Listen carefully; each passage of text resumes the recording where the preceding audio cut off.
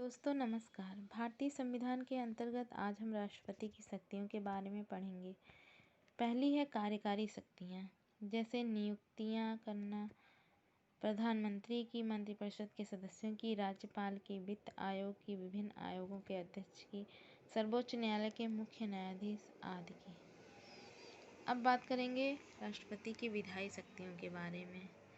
विधायी शक्तियों के अंतर्गत राष्ट्रपति को संसद सत्र को आहूत करने, सत्रावसान करने, लोकसभा को भंग करने आदि शक्तियां प्राप्त हैं। संसद के एक सदन या दोनों सदनों में सामूहिक अभिभाषण करने की शक्ति प्राप्त है।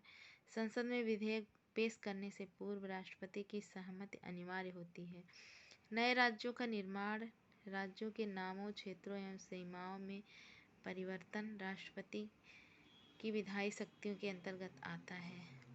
धन विधेयक राष्ट्रपति की स्वीकृति से ही पेश होता है, जिसका उल्लेख संविधान के अनुच्छेद 110 में किया गया है। संचित निधि में व्यय करने वाले विधेयकों का अधिकार, साधारण विधेयक को सुलझाना, जिसके लिए संयुक्त बैठक का प्रावधान किया गया है और इसका उल्लेख संविधान के अनुच्छेद 108 में किया गया है। संसद से पारित विधेयक को हस्ताक्षर करना और उसको कानून का रूप देना। अध्यादेश जारी करने की शक्ति, जिसका उल्लेख संविधान के अनुच्छेद 123 में किया गया है। संसद सत्र प्रारंभ होने के 6 सप्ताह तक का विधायी शक्तियों का प्रभाव रहता है। राज्य सूची के विषयों पर अध्यादेश जारी नहीं किया जा सकता। संविधान संशोधन के लिए अध्यादेश जारी नहीं कर सकता। दोनों सदन यदि सत्र में हो तो भी अध्यादेश जारी नहीं किया जा सकता है।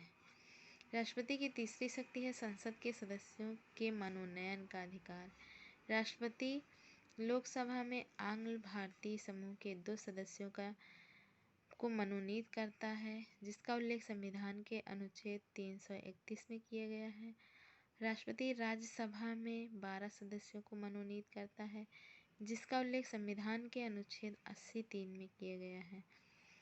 सबसे महत्वपूर्ण शक्ति राष्ट्रपति की क्षमादान की शक्ति है, जिसका उल्लेख संविधान के अनुच्छेद 72 में किया गया है।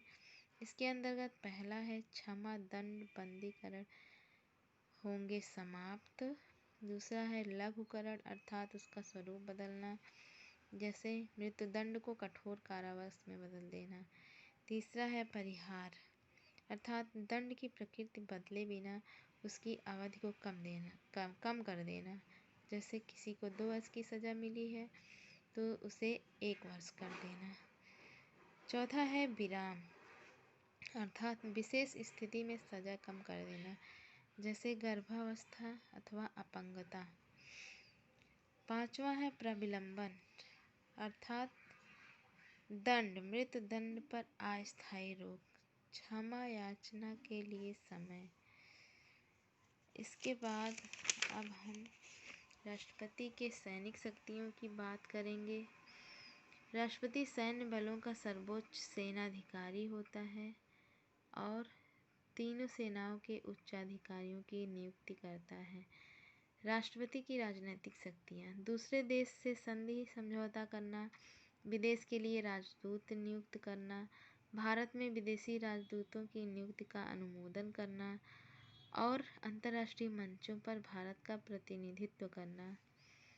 अन्य शक्तियों के अंतर्गत राष्ट्रपति की आपातकालीन शक्तियाँ, जो बहुत ही महत्वपूर्ण हैं, जैसे पहला है राष्ट्रीय आपातकाल की घोषणा, जिसका उल्लेख संविधान के अनुच्छेद 352 के तहत किया गया है। राष्ट्रीय आपात युद्ध, बाह्य आक्रमण अथवा सशस्त्र विद्रोह की स्थिति में लगाया जाता है। दूसरा है राष्ट्रपति शासन, जिसका उल्लेख संविधान के अनुच्छेद 356 में किया गया है। और तीसरा है वित्तीय आपातकाल, जिसको संविधान के अनुच्छेद 360 के तहत लगाया जाता है। उच्चतम न्यायालय से परामर्श लेने का अधिकार संविधान के अनुच्छेद 143 में उल्लेख किया गया है।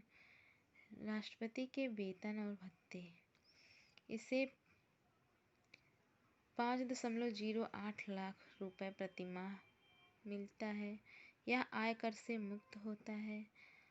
आवास, अन्य भत्ते में कार्यकाल के दौरान कटौती नहीं की जाती। दोस्तों, आज की वीडियो में इतना ही। अन्य जानकारी के साथ अगले वीडियो में पुनः मिलते हैं। धन्यवाद।